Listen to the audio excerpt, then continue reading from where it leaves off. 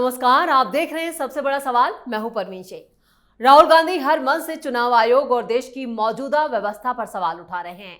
उन्हें ना तो लोकतंत्र पर भरोसा है और ना ही संविधान पर। शायद यही वजह है कि वो बार बार संसद का भी अपमान कर रहे हैं। वहीं दूसरी तरफ पूरा नेहरू गांधी परिवार अपने घोटालों को लेकर नपने वाला है। जीजा रॉबर्ट वाड्रा के खिलाफ कोर्ट ने नोटिस जारी किया है। वहीं खुद राहुल और Sonia Gandhi national Herald case में कोर्ट में पेश होने वाले हैं, क्योंकि इस मामले की सुनवाई भी होने वाली है। इधर ईडी की फेर में चौतरफा गिरा गांधी परिवार की जो सियासत है वो भी दांव पर है। ऐसे में सबसे बड़ा सवाल यह है कि क्या राहुल गांधी जानबूझकर मुद्दों से भटकाने की तरकीब लगा रहे हैं। इस पर चर्चा के लिए स्टूडियो मौजूद है कैपिटल टीवी के editor in chief doctor Manish Kumar. Sir, आपका बहुत बहुत स्वागत है। धन्यवाद। नेहरू गांधी परिवार खुद यहाँ पर कानूनी शिकंजे में फंसा हुआ है। जिस तरह से रॉबर्ट वाड्रा के खिलाफ नोटिस जारी हुआ, लेकिन राहुल गांधी के जो बयान हैं वो क्या दिखा रहे हैं? देखिए, आपने अपने इंट्रोडक्शन में पूरी कहानी बता दी कि ये जो कल हुआ रॉबर्ट वाड्रा का ईडी केस, देखिए घोटाले के केस को अलग अलग एजेंसियां जांच कर रही है। ईडी का केस इसलिए खराब है कि इसमें गिरफ्तारी भी है, इसका अलग मापदंड है। क्यों? क्योंकि वो किसी भी घोटाले के इलीगैलिटी और लीगैलिटी के ऊपर वो इन्वेस्टिगेट नहीं करती। वो इन्वेस्टिगेट करती है कि क्या मनी लॉन्ड्रिंग की गई, और मनी लॉन्ड्रिंग जो है वो अगर पाया जाता है तो ये केस बहुत ही दूसरे मोड़ पे चला जाता है। तब इसमें बेल वेल नहीं मिलते, फिर तो जेल ही जेल है। ईडी ने खुद कहा है कि हमारे पास अहम सबूत है और ये क्लासिकल एक एग्जाम्पल है पूरे मामले का। पूरे बिल्कुल है, बिल्कुल है। क्योंकि आपने एक जमीन खरीदी 7.5 करोड़ में और आपने चेक भी जारी कर दिया। तो चेक जिस कंपनी, जिस बैंक अकाउंट से आपने जारी किया उसमें 7.5 करोड़ रुपए होने चाहिए ना। कितना पैसा था मालूम है? उस बैंक अकाउंट में मात्र 1 लाख रुपया था। और वो चेक जिसकी वो जमीन थी वो कभी गया ही नहीं लेके, और जैसे ही वो बिक गया, वाड्रा साहब के नाम आ गया, वाड्रा साहब ने कुछ दिनों के बाद इसे डीएलएफ या किसी कंपनी बेच दिया। तो वो 7.5 करोड़ की जमीन 55 करोड़ की हो गई। तो 55 करोड़ रुपया जब आया इनके बैंक अकाउंट में, तब वो 7.5 करोड़ रुपया, आप देखिए बीच में क्या हुआ, जादू। क्योंकि जो जमीन थी वो जमीन एग्रीकल्चरल लैंड थी, उस पर आप अपार्टमेंट नहीं बना सकते, कमर्शियल इस्तेमाल नहीं कर सकते। लेकिन जीजा जी हैं, गांधी परिवार के जीजा हैं, और वहां सरकार हुड्डा साहब की, कांग्रेस पार्टी की। तो जैसे ही जीजा जी के पास ये जमीन आई, उसका लैंड यूज पैटर्न चेंज कर दिया गया और वो कॉमर्शियल लैंड हो गया, दाम हो गया, सारा कुछ हो गया। तो ये क्लासिकल केस है, इसमें और भी बहुत सारे पहलू हैं। Let's not go into that, आज वो टॉपिक नहीं है। और ये मामला कल ये हुआ कि कोर्ट में इसे अब पेश किया गया है। कोर्ट ने तारीख तय कर दी है कि क्या मनी लॉन्ड्रिंग का केस बनता है या नहीं। और जो आपने कहा कि ईडी की तरफ से कहा गया कि उनके पास पर्याप्त सबूत है, तो वो सबूत अगर पेश किया गया और ईडी के सबूतों को कोर्ट एक्सेप्ट कर लेती है, ये तो गए जेल। और इसलिए ये मामला 10-12 साल से चल रहा है। 2008 का मामला है ना। पहली बार पिछले सप्ताह जब ये मामला शुरू हुआ तो राहुल गांधी ने अपने जीजा जी के बचाव में पहली बार ट्वीट किया। क्यों? ये धक धक कर रहा है, डर लग रहा है, खौफ। ऐसा ही हाल नेशनल हेराल्ड केस में है। नेशनल हेराल्ड केस में भी कोर्ट के सामने चीजें चली गई हैं और कोर्ट को तय करना है कि मनी लॉन्ड्रिंग का केस राहुल गांधी, सोनिया गांधी और उनके तमाम लोगों के खिलाफ बनता है या नहीं। कोर्ट ने तय कर दिया कि हां बनता है, तब तो ये कहीं के नहीं रहेंगे, तब तो ये ना घर के रहेंगे ना घाट के रहेंगे। इनको अभी ऑलरेडी ये बेल पे हैं, फिर तो इनको जेल जाना पड़ेगा। तो स्थिति बन के तैयार है। तो ये संविधान हाथ में उठा लिए, है ना, डायवर्जन देखिए। और उन्होंने आकर के सीधे कहा कि देखिए हम धमकियों से नहीं डरते। ये धमकी नहीं है, ये जिस संविधान को लेकर के घूम रहे हैं ना आप, उसी संविधान के तहत जो कानूनी प्रक्रिया है वो प्रक्रिया की जा रही है।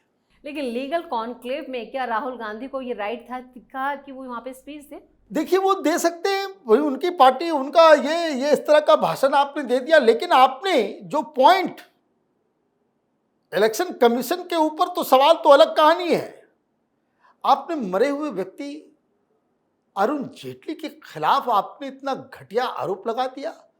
जो कोई भी अरुण जेटली को जानता है वो इस बात से तो बिल्कुल राजी नहीं होगा कि वो किसी को धमका सकते हैं,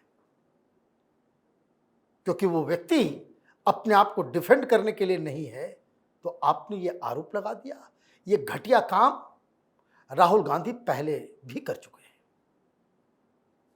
चुके हैं कि जब उन्होंने मनोहर पर्रिकर विदेश मंत्री का नाम रफाल में खींचा।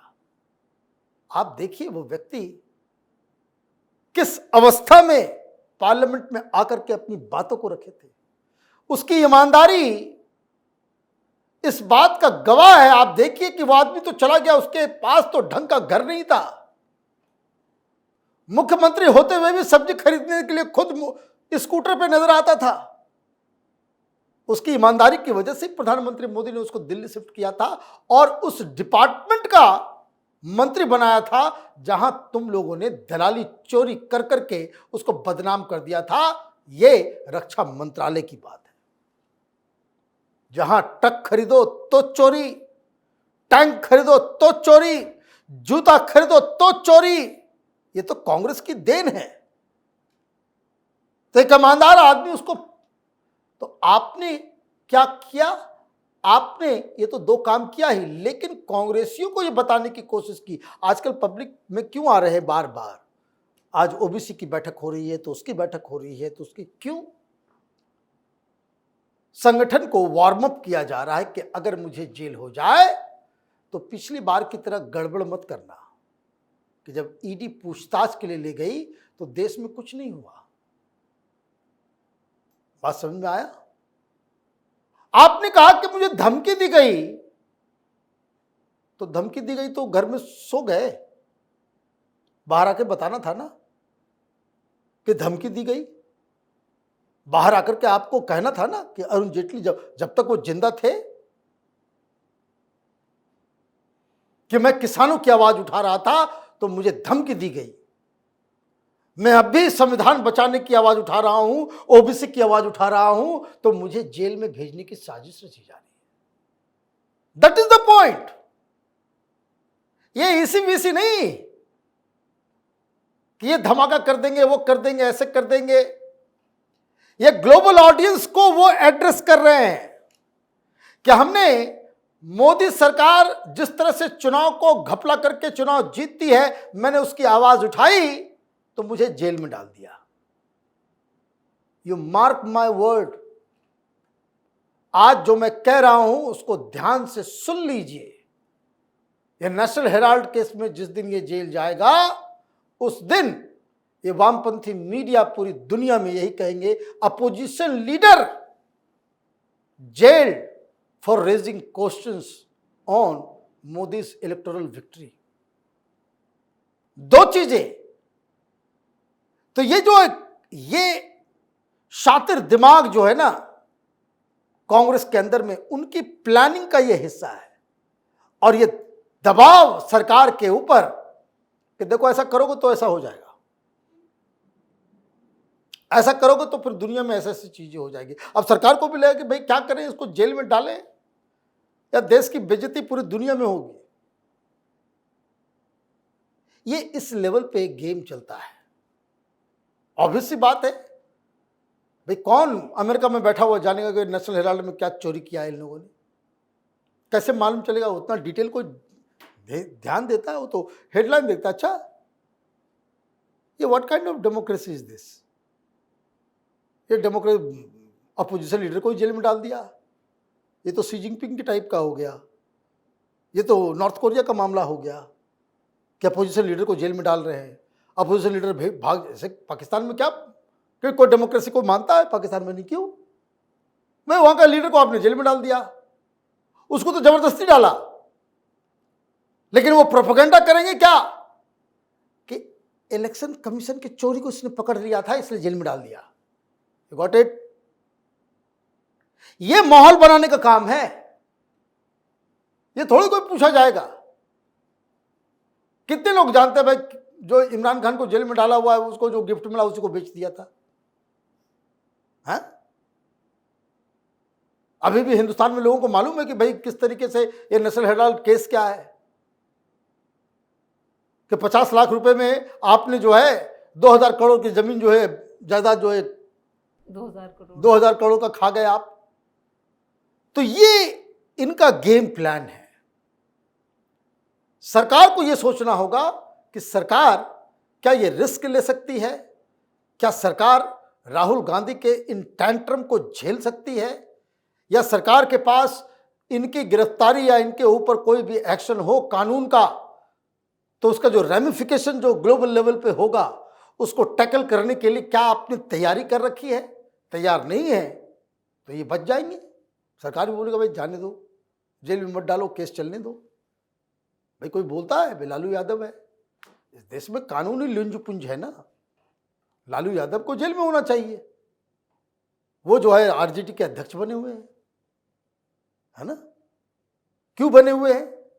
न बोल सकते हैं, न उन लोगों को चेहरा याद आता है, न पहचान पाते हैं, न प्रेस कॉन्फ्रेंस कर सकते हैं। अध्यक्ष बने हुए हैं क्यों?